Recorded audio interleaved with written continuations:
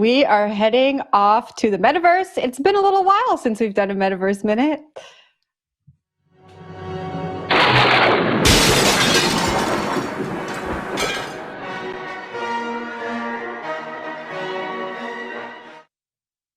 We got to get Adam on there. Adam's on the show enough now. It's my call to control to get Adam on the Metaverse Minute. All right. A senior European Commission official said that the EU needs to consider issues like non-discrimination, user safety, and data privacy when considering how to regulate the metaverse. The bloc wants to avoid mistakes, it says, were made with internet policy in the past and ensure values like inclusion, respect of privacy, and equality are upheld. Adam, I'm going to toss this off to you for the first comments. I wrote an op-ed about this for CoinDesk probably like 6 months ago now, and people hated it. They did not agree with me. They thought there's no place for real world laws in the digital world. They thought I was pretty much stupid. So what do you think?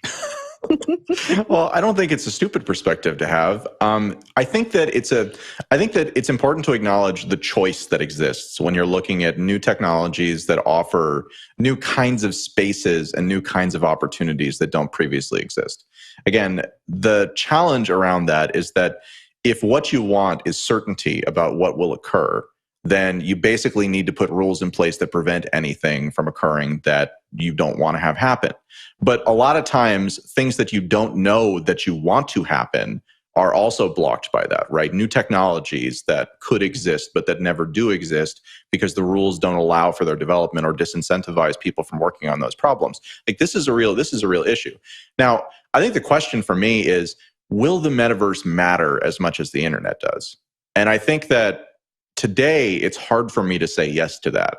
But I always like to think back to Paul Krugman, the noted economist, so-called, who notoriously said in the late 90s that the internet will have the same impact roughly as the fax machine and that you just shouldn't really worry about it. And I love making fun of that guy for that. So it's hard for me to be like, yeah, metaverse isn't going to matter. I don't know if metaverse is going to matter, but I do think that like there's both a place for rules like this, and also there's danger in being too heavy-handed when it comes to rules like this, because you can wind up missing out on quite a lot and some significant advantages. So that's me. Zach?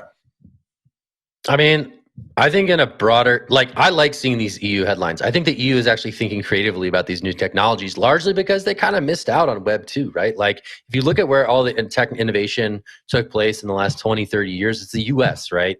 That's where all the giant big tech companies are. And I think the EU kind of realized, like, oh, we kind of messed that up. So if you looked at some of their regulatory regimes, especially around cryptocurrency and Web3 with MiCA, right? Some of that stuff is quite thoughtful, right? They're saying, okay, we figured out how to regulate CeFi. We don't really know about DeFi yet, so we're going to pump the brakes on that, figure it out some more, and then get back to you. We're not going to rush to conclusions on this.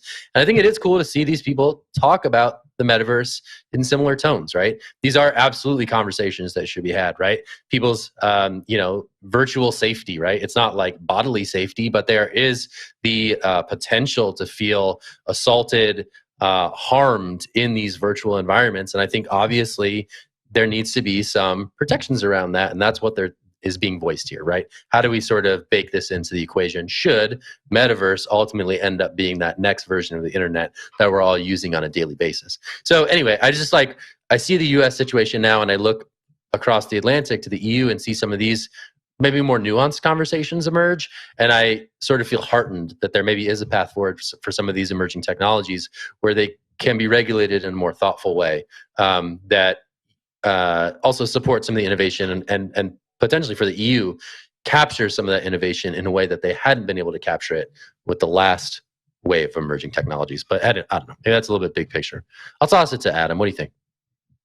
Yeah, I mean, I'd push back a little bit on that, just insofar as if you look at, again, like the early days of the internet, the U.S. passed, a law that included Section 230 in it. Section 230 notably is 29 words or something along those lines. 26. And that was what it took, right? Like, it didn't take thoughtful considering, nuanced rules. It took something that was like very broad and that provided enough space that you could do stuff that wasn't anticipated under the law with it. Now, personally, I think at this point, Section 230 in the US has been stretched far beyond kind of what it actually was intended for, because there's a lot of power in big tech, blah, blah, blah.